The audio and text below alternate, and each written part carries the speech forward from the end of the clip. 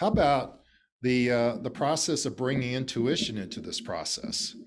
Well, this is where I think we activate the creative brain. So that once we've gathered numbers and we put it into a display, it can be a really simple spreadsheet. Now we want to be curious about these numbers. And we want to try to do a creative process to find unique connection between data points. So what does that look like from a framework perspective? Well, number one, the best piece of advice I can give you for creative activity is let's be curious. Let's be curious versus knowing. Let's try to find meaningful relationships between numbers. Now, a lot of times we want to jump to conclusions about those connections.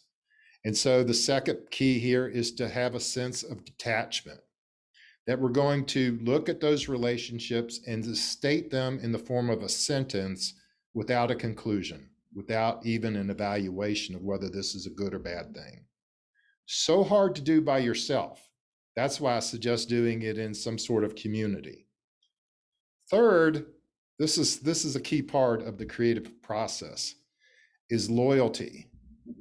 We're going to stick with what we can observe, and we're not going to let any excuses or stories enter the dialogue at this point, even our inner dialogue. We're going to stick with what we can observe. This is a discipline, but also a creative practice.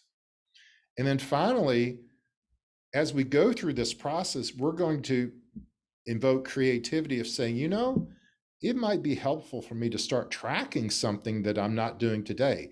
The fact that I don't yet collect it doesn't mean that it's not a data point in my business. It may be a very important future data point for me. So this creative exercise alone could be very useful just to say, hey, maybe I should start collecting this piece of data.